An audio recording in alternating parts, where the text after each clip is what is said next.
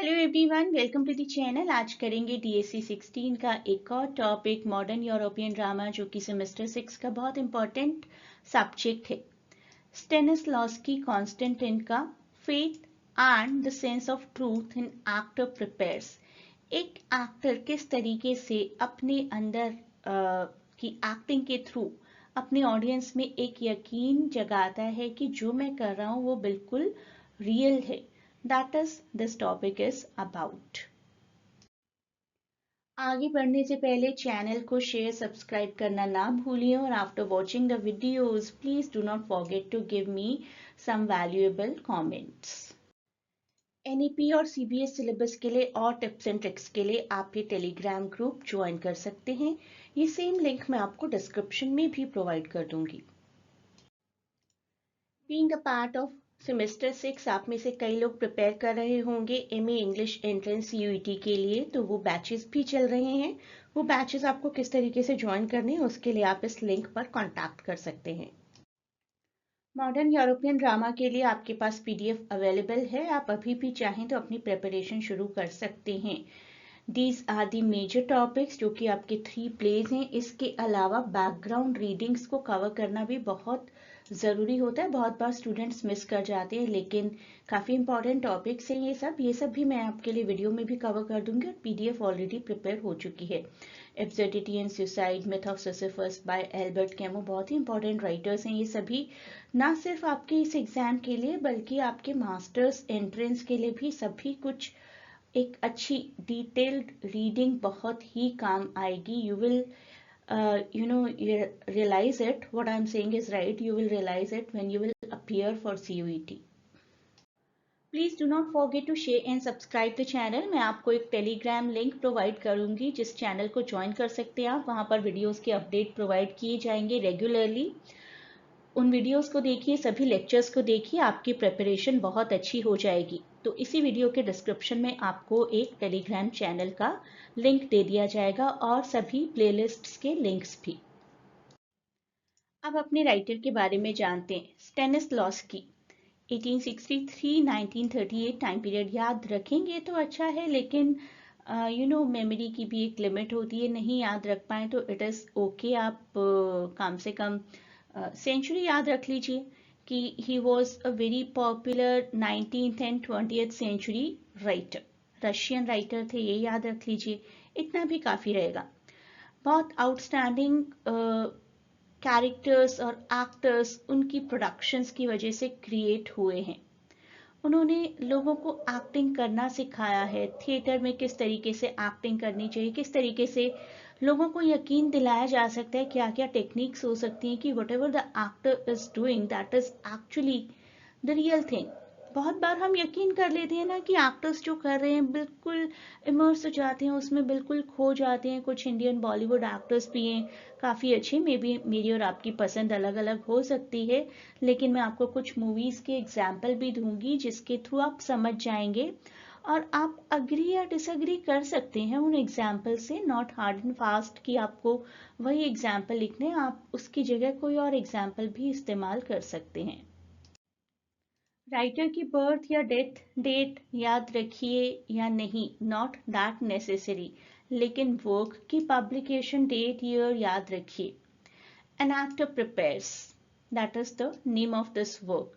काफ़ी popular acting book है और किस तरीके से एक्टिंग सिस्टम होना चाहिए, इनर प्रिपरेशन क्या होनी चाहिए एक एक्टर की, what an actor should undergo to fully understand the role, वो सब कुछ कैसे वर्क करता है।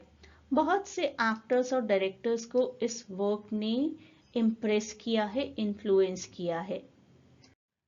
तो जो कुछ की कंसेप्ट्स इन्होंने इस्तेमाल किए हैं ना, they are magic if, units and objectives, emotional memory, super objective. इन सबको एक एक करके कवर करते हैं हम अभी। The first is the magic if, and I hope आपको ये मूवी याद आ गई होगी। This is the famous Dilwale Dulhania Le Jayenge 1995। Magic if होता क्या है देखते हैं। Imagine your self in the characters situation. What would I do if I were in this situation, ऐसा सोचना चाहिए एक एक्टर को। This helps actor react authentically to situations by tapping into their imagination. और यही एग्जाम्पल लिया है मैंने शाहरुख जी का। राज का रोल प्ले किया था उन्होंने सिमरन को पाने के लिए।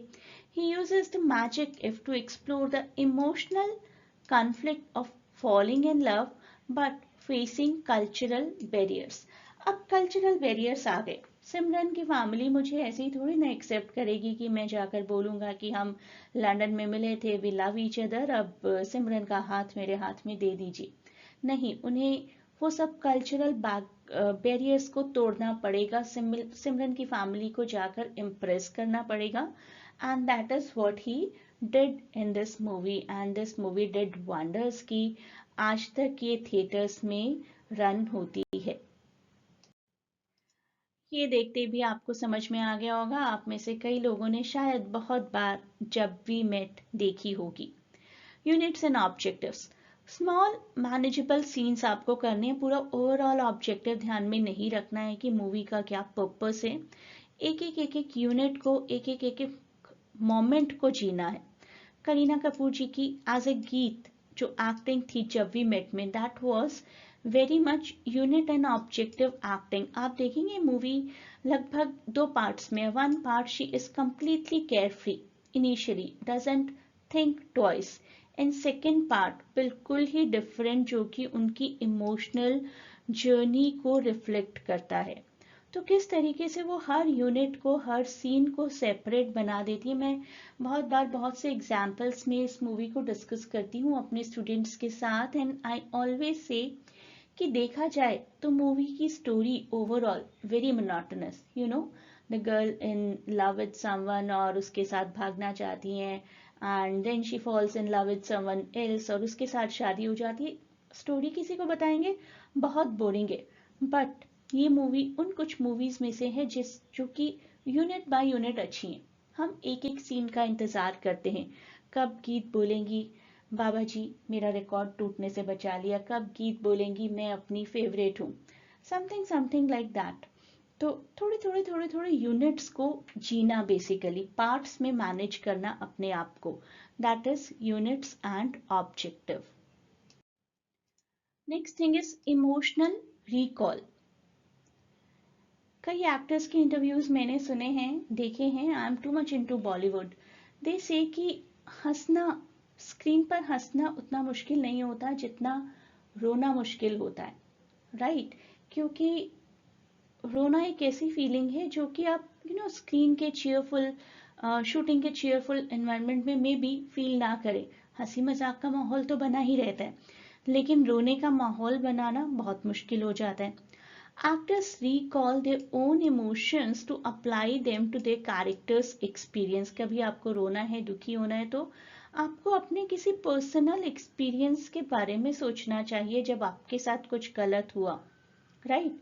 बॉलीवुड एग्जाम्पल में मैंने दीपिका पादुकोण का एग्जाम्पल लिया है, लीला का रोल जो उन्होंने प्ले किया था, गोलियों की रासलीला, रामलीला। तो इमोशंस यूज करते हुए कहीं ना कहीं किसी ना किसी इनर टर्मोइल को उन्होंने याद किया होगा when she is trying to navigate towards the forbidden love, the love with Ram, जो कि kind of a Romeo Juliet love था। तो लाइफ का कुछ ऐसा इंसिडेंट उन्होंने याद किया होगा जो उनको रुला गया होगा। Next is super objective. Overall objective है क्या, right? Super objective is the overarching goal of the character throughout the entire play or film. मेरा कैरेक्टर आखिर है क्या, मेरे कैरेक्टर का ट्रांसफॉर्मेशन क्या है, मुझे क्या से क्या बनना है, राइट?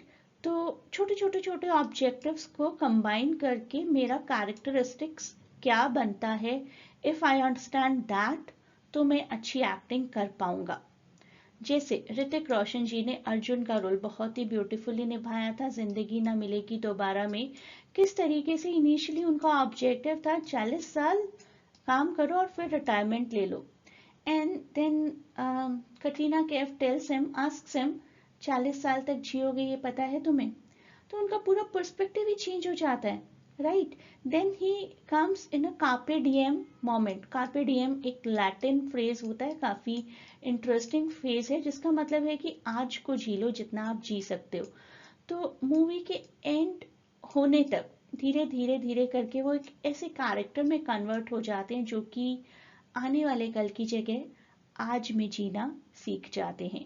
और उसी की वजह से उनकी वो परफेक्ट एक्टिंग निकल कर सामने आती है, क्योंकि वो अपने कैरेक्टर के ऑब्जेक्टिव को समझ जाते हैं. अब हम अपनी इस किताब को समझते हैं. अभी तक तो हम ऑब्जेक्टिव समझ रहे थे ना. जो ये किताब लिखी है स्टेनिस्लॉस्की जी ने, that is in the diary form of a fictional character जिसका नाम है कॉस्त्या. एक फिक्शनल स्टूडेंट जो कि एक्टिंग टेक्निक्स लर्न कर रहे हैं और उनके टीचर का नाम है टॉल्स्टॉव. The teacher introduces Kostya and his classmates to Stanislavski's system and helps them challenge their assumptions about acting. तो आपको MCQ में क्वेश्चन आ सकता है कि क्या था स्टूडेंट का नाम, क्या था टीचर का नाम, राइट. की एक्टिंग स्किल्स जो सिखाए जाते हैं कॉस्त्या को, that is acting and imagination. Imagine करिए कि आप जो एक्ट कर रहे हैं दैट इज रियल. कंसंट्रेशन करिए अपने रोल पर, रिलैक्स करिए, थोड़ा सा डीप ब्रीदिंग करिए, रोल को समझने की कोशिश करिए, इमोशनल होने की कोशिश करिए जहां पर इमोशनल होना जरूरी है. जो आपके कैरेक्टर का सुपर ऑब्जेक्टिव है उसके लिए अपने आप को मोटिवेट करिए.